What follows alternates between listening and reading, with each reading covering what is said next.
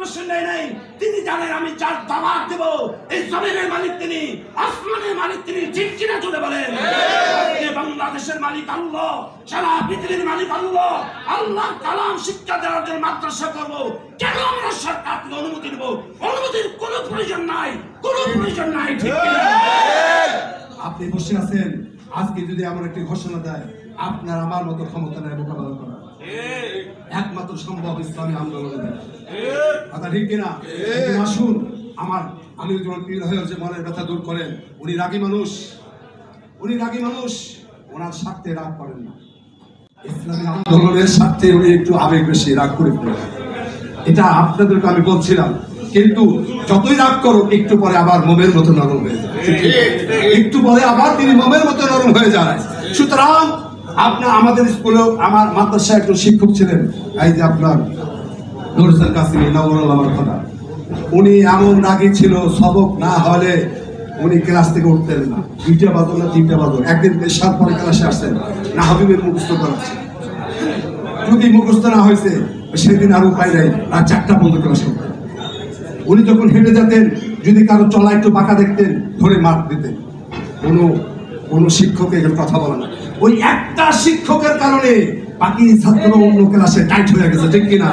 তো মুসা আলাইহিস সালাম এক ঝাঁকি দিয়েছেন ওনার ভাইকে, এক ঝাঁকিতে ওই 40,000 মানুষ তওবা করে মুসলমান হয়ে গেছে।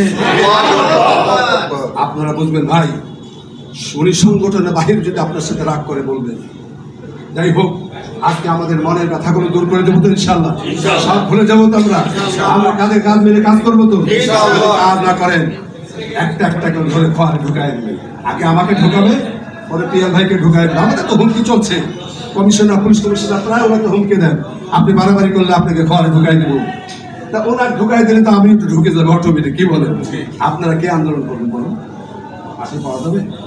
একটা করে ধরবে, খাঁচায় ঢুকাই দেবে, একটা করে ধরবে, খাঁচায় ঢুকাবে। এই জন্য ঐক্য থাকতে হবে কিনা? আজকে আমাকে ঢোকাবে, ওনার একটু বক্তব্য উল্টা পাল্টা, তো কি বলবেন আপনারা? একটু বাড়াবাড়ি বক্তব্য দেয়, এই জন্য ওনাকে ঢুকাই দিচ্ছে। পিয়ার ভাইকে ঢুকায়, আর উনি তো আরো বেশি বাড়াবাড়ি করে, এই জন্য ওনাকে আগে ঢুকাই দিচ্ছে। আমরা বাড়াবাড়ি করে ঢুকাই গেছি, লিস্ট তো আপনার নামও আছে। কি বলেন? লিস্টে আপনার নাম নাই? আপনি তো সরকারের পাস করে লাগাইছেন, আপনার নামও লিস্টে আছে, আপনার ওই ভিডিও ফেসে আপনার ছবি আছে। আস্তে আস্তে কি আপনার কানটা ধরে ঢুকায়। আমরা কি আজকে পার করতে বসে তওবা ইস্তেগফার সব ভুলে যাবো তো ইনশাআল্লাহ? যারা দায়িত্বশীল আছেন, সভাপতি আছেন, আমি বলবো ভাই আসেন, আজ থেকে আমরা বিগত সব ভুলে যাই। সেই বলছিলাম সাহাবার কথা বলে আমি শেষ করছি। আনাস ইবনে মালিক রাদিয়াল্লাহু আনহু, বুখারীর হাদিস, আনাস ইবনে নাজার যুদ্ধে যাইতে পারে, উনি কাঁদতেন।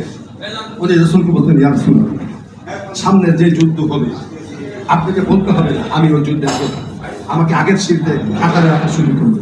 আল্লাহ রাসূল ঠিক আছে। দেখেন, আমরা কিন্তু অনেক প্রোগ্রাম করতেছি, অনেকে জানে না। তো কোন দিন প্রোগ্রাম করেন আমাদেরকে জানানে না, আপনারা মিটিং করেন আমরা জানি না। একদিন দেখবেন আমরা জান্নাতে চলে গেছি, আপনারা জানেনই না।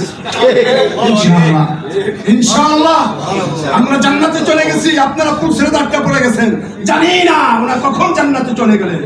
আপনার জানা দরকার ছিল, আযান কখন হবে আপনার জানা দরকার, নামাজের জামাত কখন হবে আপনার জানা দরকার, জিহাদের ময়দানে কখন যাবেন আপনার জানা দরকার। ঠিক না? আপনি খুঁজে খুঁজে বের করবেন, এটা আপনার দায়িত্ব। আজকে এই যে কদর রাত্রে তালাশ কে করবে? কদর আপনাকে তালাশ করবে না? কদর কি আপনাকে তালাশ করবে? ইসলামী আন্দোলন আপনাকে তালাশ করবে? আপনি ইসলামী আন্দোলনকে তালাশ করবেন। আসুন, ওই সাহাবা উহুদের যুদ্ধে বীরত্বের সাথে যুদ্ধ করেছে, যুদ্ধ করতে করতে শাহাদাত হলেন। ওনার লাশকে এমন ভাবে কাফেররা কেটেছে, চেহারা কোনো চিহ্ন নাই, কেউ চিনতে পারছে না ওনার চেহারা। ওনার ভগবান ছুটে আসছে, এসে জন্মের একটা চিহ্ন ছিল শরীরের অন্য একটা জায়গায়, ওটা দেখে উনি বুঝতে পারছেন আজ এটা আমার ভাই। তখন জিবরিল আমিন আসি বললেন, ইয়া রাসূলুল্লাহ, ইয়া হাবিবাল্লাহ, হ্যাঁ আল্লাহ তাআলা তো একে আসমানে তুলে নিয়ে ফেরেশতাদেরকে দেখাইছে, দেখো আমার জন্য আমার বান্দা কিভাবে শাহাদাত বরণ করেছে। তারপরে আবার হলেন ময়দানে। আসুন ইনশাআল্লাহ আজকে থেকে আমরা নতুন করে শপথ দেব নাকি? ইনশাআল্লাহ। বায়াতে রাসূল তো বায়াতে উসমান গনিকে তখন ওই যে কাফের আটকায় দিল, হ্যাঁ হুদাইবিয়ার সন্ধির মধ্যে, তখন কি রাসূল শপথ নেন নাই? কি বলেন? শপথ নেন নাই? বায়াত করেন নাই? যে উসমানের রক্তকে বৃথা যেতে দেব না। কি বলেন? আমরাও শপথ নেব ইনশাআল্লাহ বাংলার জমিনে ইসলাম থাকবে, উলামা کرام থাকবে, মাদ্রাসা মসজিদ থাকবে। এই আন্দোলন আমরা চালিয়ে যাব ইনশাআল্লাহ।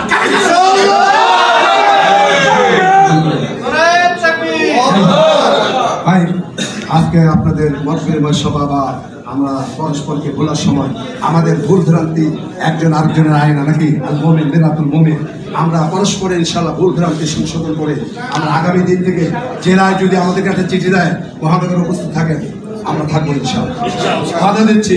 আর জেলাকে যদি আমরা চিঠি